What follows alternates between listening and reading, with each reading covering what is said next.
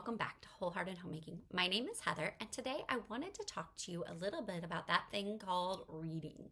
Reading is a long process and it's a journey, and it is one that many a parent and educator gets upset, frustrated, overwhelmed about. I'm not going to talk to you all about reading, but I am going to share one of the simple practices I have used in my home and in my classroom when I was a kindergarten teacher. And at the end of the video, I'll also show you my favorite, cheapest resource for learning to read. So the tip today, the simple practice that you can do daily, or as we do in our family about 2 to 3 times a week, is sight words. Sight words are not a new thing, and all of you have probably been, who are in a traditional school setting, have been sent home a list of sight words to go over with your children. If you are a home educator, I'm sure you've seen sight words. That may even be your approach, as some people do use a whole word approach to learning to read. I actually do believe that phonetic is the best way. It is my preferred method, but I think that comes down to the educator and what their preferred method is. My preferred method is phonetic approach, but there are some words that just don't follow the rules. And those words we have to teach them to still recognize and read. And sight words are a great way to do that. So once your child gets to the point where they are recognizing all their letters, they recognize all the sounds, and they're starting to build those what we call CVC, or consonant vowel consonant words, like cat, dog, ran, then we are ready to start moving into other things, because they recognize that multiple letters put together form a word. That's key. They have to understand that. Otherwise, they're just memorizing randomly. And we also want them to know the sounds and be able to use them appropriately. And once they've mastered those first skills of recognition, phonemic recognition, the sound, and also building simple words, they're ready to read sight words. I actually start my kids while they're memorizing the sounds with some sight words that I don't have a list for you, and that is familial words. So in this list, I'm not going to show you because it does have our children's names in it, but I put every child, mama and daddy are in there. I put grandparents' names, anybody who is familiar to them, I put in this first list for them to memorize, because ideally they've learned their name, right? And hopefully they're wanting to write to you or write about you or whatever it may be. And so we put the family names in there, and they go through and memorize those first.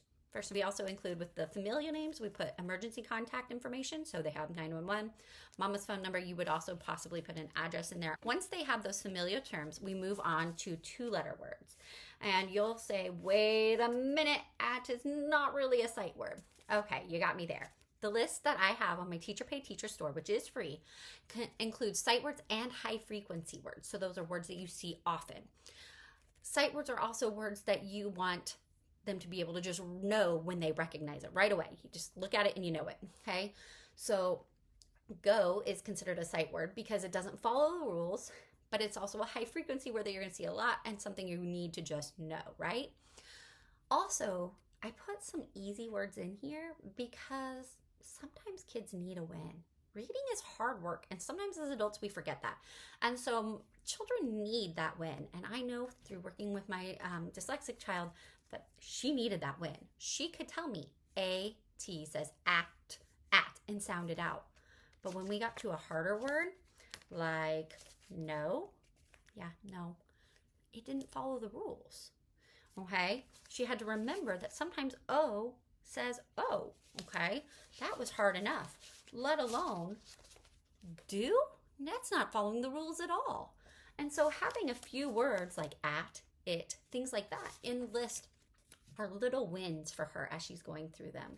Now, as I said, in my Teacher Pay Teacher store, I have a list of sight words or high frequency words, starting with 2-letter words, then 3-letter, 4-letter, 5-letter, number words. I believe it has color words, days of the week, and maybe even months of the year, if I'm remembering right.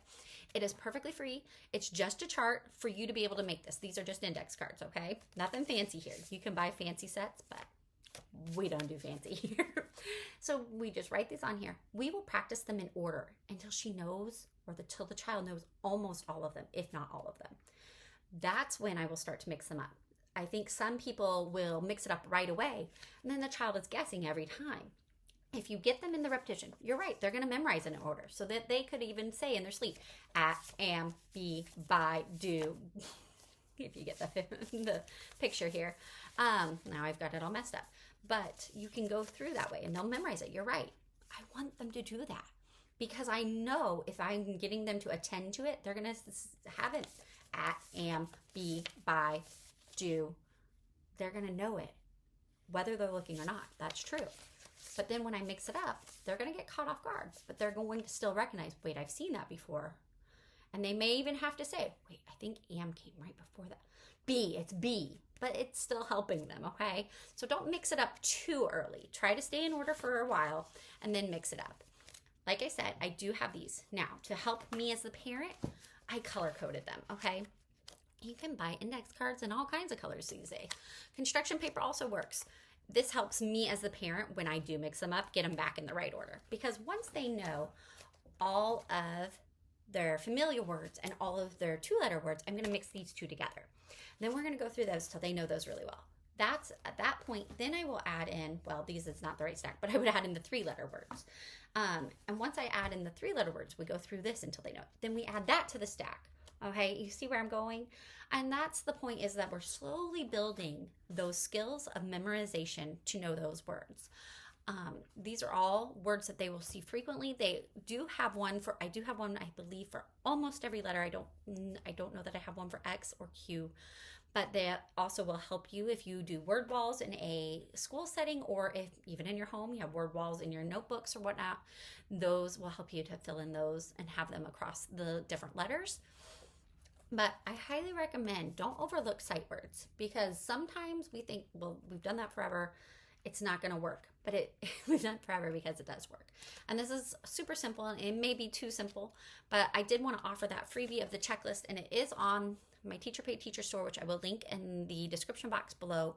And that can help you if you're just starting out, you're teaching at home and need to know what to do. Letters, phonemic recognition. So you're going to do the recognition of uppercase, lowercase. Then you're going to do the sounds. And then as you're learning to build words, once they get a few words under their belt, you're going to move into adding sight words, and keep working on building words and working on those sight words. Now, as I said, there's a lot more that goes into reading. This is just a basic beginner step, right? I told you I would share my favorite, hands down favorite curriculum, and it's not going to cost you very much money. It's actually, as I looked it up on Amazon, and you can find it used, but on Amazon, brand new, $16. That's not bad for a reading curriculum. And actually, it's a reading and writing curriculum, and it requires you to buy no extra materials. Teach your child to read in 100 easy lessons. Now, some people don't like it because it is very simple. It is super simple. I will tell you that after doing this multiple times, I now can do it without using the script. But if you're starting out, the script is helpful. Here is a very first lesson, okay? All that's in red is what the teacher says. And as you go through it, you will learn the pattern of the lesson, and you will have to stick to the script less, okay? But this is game changer. It's $16 to teach your child to read. I have never, after teaching multiple kids with this, never made it to lesson 100. Not because it's boring, not because it's poorly written. It's because it was unnecessary. My child was able to read and read well way before lesson 100. And so we just stopped reading it because we started reading books. Some children might need to go all the way to 100, but we have been able to have, we have a wonderful library, and we have a lovely home library, and we were able to switch over to real books afterwards. But this book is hands down my most recommended favorite resource because it is cheap. It requires no materials. It is reading and writing. I actually don't use the writing portion in here, but you could. It simply goes along with the reading lesson, and so you progressively work through the letters. And the biggest contention I think most people have with it is that it's boring. It doesn't have a lot of frills and all the materials and things like that. But that's why it's a winner for me, especially if you have a large family, because it goes through it quickly and simply. We spend no more than 15 minutes on a lesson for this. And I usually start it with my kids around 5 because they're interested in it. And we finish it up in their first formal year of schooling, which is from age 6 to 7. That's my kids' first formal year of schooling. And they finish it up somewhere in between there. Like I said, finish up is relative because we switch over to books. But It is just wonderful. The goal is to teach my child to read, and I have found that they are very capable of sitting for 5 to 15 minutes to do a quick lesson. It has games throughout. Um, a lot of things today would not consider them games, but it is a game, and it is a mental game, and it gets the child thinking and alternating between skills of reading.